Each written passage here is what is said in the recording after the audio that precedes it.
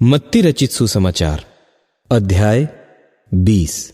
स्वर्ग का राज्य किसी गृहस्थ के समान है जो सवेरे निकला कि अपने दाख की बारी में मजदूरों को लगाए, और उसने मजदूरों से 1 दिनार रोज पर ठहराकर उन्हें अपने दाख की बारी में भेजा। फिर पहर 1 दिन चढ़े निकलकर और औरों को बाजार में बेकार खड़े देखकर उनसे कहा, तुम भी दाख की बारी में जाओ और जो कुछ ठीक है तुम्हें दूंगा। सो वे भी गए। फिर उसने दूसरे और तीसरे पहर के निकट निकलकर वैसा ही किया, और 1 घंटा दिन रहे फिर निकलकर औरों को खड़े पाया और उनसे कहा, तुम क्यों यहां दिन भर बेकार खड़े रहे? उन्होंने उससे कहा, इसलिए कि किसी ने हमें मजदूरी पर नहीं लगाया। उसने उनसे कहा, तुम भी दाख की बारी में जाओ। सांझ को दाख की बारी के स्वामी ने अपने भंडारी से कहा, मजदूरों को बुलाकर पिछलों से लेकर पहिलों तक उन्हें मजदूरी दे दे। सो जब वे आए जो घंटा भर दिन रहे लगाए गए थे, तो उन्हें 1-1 दिनार मिला। जो पहले आए उन्होंने यह समझा कि हमें अधिक मिलेगा, परंतु उन्हें भी 1 दिनार मिला। जब मिला तो वे गृहस्थ पर कुड़कुड़ा के कहने लगे कि इन पिछलों ने 1 ही घंटा काम किया और तूने उन्हें हमारे बराबर कर दिया, जिन्होंने दिन भर का भार उठाया और घाम सहा। उसने उनमें से एक को उत्तर दिया कि हे मित्र, मैं तुझसे कुछ अन्याय नहीं करता। क्या तूने मुझसे 1 दिनार न ठहराया? जो तेरा है उठा ले और चला जा। मेरी इच्छा यह है कि जितना तुझे उतना ही इस पिछले को भी दूं। क्या उचित नहीं कि मैं अपने माल से जो चाहूं सो करूं?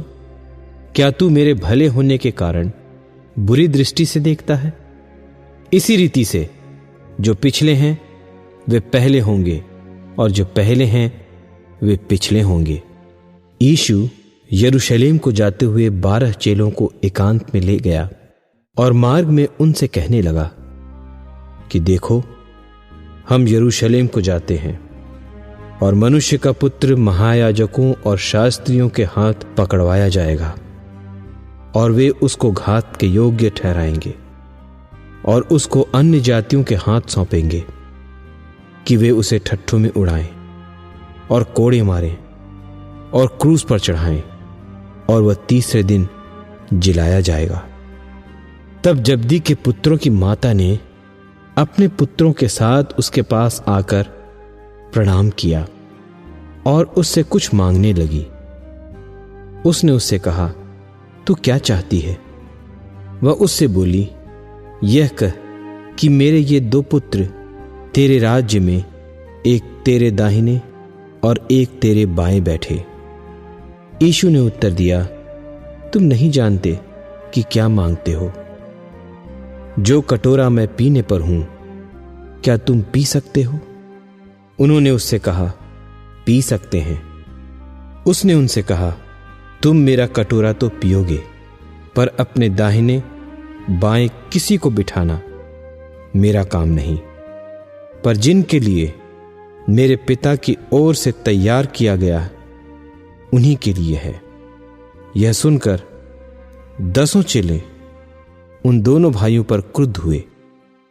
यीशु ने उन्हें पास बुलाकर कहा, तुम जानते हो कि अन्य जातियों के हाकिम उन पर प्रभुता करते हैं, और जो बड़े हैं वे उन पर अधिकार जताते हैं, परंतु तुम में ऐसा न होगा। परंतु जो कोई तुम में बड़ा होना चाहे वह तुम्हारा सेवक बने, और जो तुम में प्रधान होना चाहे वह तुम्हारा दास बने।